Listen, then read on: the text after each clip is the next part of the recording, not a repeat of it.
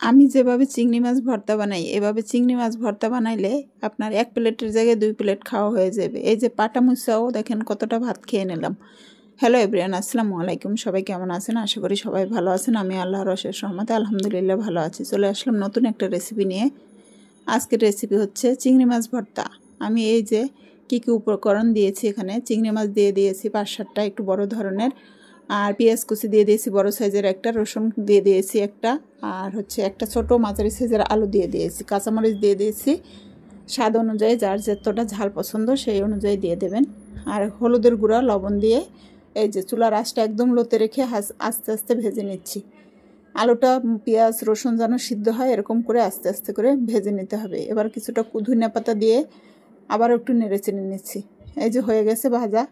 এবার পাটায় বেটে ভর্তাটা বানাবো। আপনারা চাইলে ব্লেন্ডারেও করতে পারেন, কিন্তু আমার কাছে পাটায় বাটা ভর্তাটাই বেশি ভালো লাগে।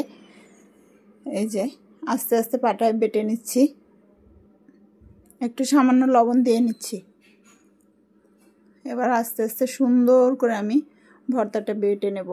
এই রেসিপিটা যদি ভালো লাগে তাহলে অবশ্যই একটা লাইক কমেন্ট শেয়ার করে দেবেন। আর হচ্ছে ফেসবুক ইউটিউব থেকে যারা দেখবেন তারা অবশ্যই একটা সাবস্ক্রাইব করে একটা কমেন্ট করে যাবেন যে কার কার ভালো লাগছে, কোন কোন এলাকায় কিভাবে এই চিংড়ি মাছ ভর্তাটা বানায়। আমি কিন্তু এই ভর্তাটা রংপুরের এক ভাবির কাছ থেকে শিখছি। আমি আগে কখনোই আলু দিতাম না। আলু দেওয়ার পরে নাকি আঠালো হয়, তারপরে দেখি যে সত্যি আঠালো হয় আর খেতেও ভালো লাগে। তাই আমি কিন্তু এখন সামান্য পরিমাণে আলু দিই যে কোনো মাছ ভর্তায়। একবার বাটা হয়ে গেছে, এবার আমি আরও একবার একটু মিহি করে বেটে নিচ্ছি। ভর্তাটা মিহি করে বাটলে ভালোই লাগে, চিংড়ি মাছ ভর্তাটা বিশেষ করে, কারণ চিংড়ি মাছের খোসা সহ নিয়েছি তো, তাই একটু ভর্তাটা মিহি করে বেটে নিচ্ছি। না হয় গলায় চিংড়ি মাছের খোসাটা খেতে গেলে অনেক সময় দাঁতে লাগে, তারপরে গলায় লাগে, এজন্য আমি মিহি করে বেটে নিয়েছি। এই যে বাটা হয়ে গেল সুন্দর করে, এবার নামিয়ে নিচ্ছি।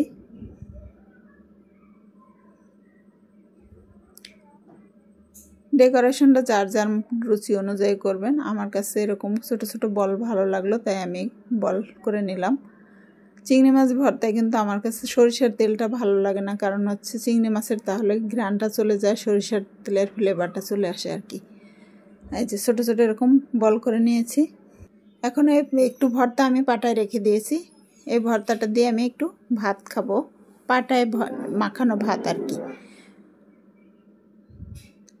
দেখুন ভর্তাটা দেখতে কতটা লোভনীয় হয়েছে, আর খেতে তো অসম্ভব মজার হয়েছে। যার যার ভালো লাগবে এভাবে একবার তৈরি করে খেয়ে দেখবেন যে কতটা স্বাদ লাগে। আমি এখানে আলাদা তেয়ার মধ্যে একটু আলু দিয়েছি, এরকম যদি কারো ভালো লাগে আলু দিলে হলে ভর্তাটা আঠালো হয়, তাই আমি ভর্তাটার মধ্যে একটু আলু দিয়ে দিয়েছি। এই যে আমি ভাত নিয়ে নিলাম আর ভর্তা নিয়ে সুন্দর করে মেখে খাচ্ছি। ভাতটা মাখানো হয়ে গেছে এভাবে সুন্দর করে। আমার আশেপাশে কিন্তু আরও 2-1 জন আছে, আমি একা খাচ্ছি না। কিন্তু এই পাটায় মাখানো ভাতটা খাওয়ার জন্য আশেপাশে 2-1 জন থাকে সব সময়।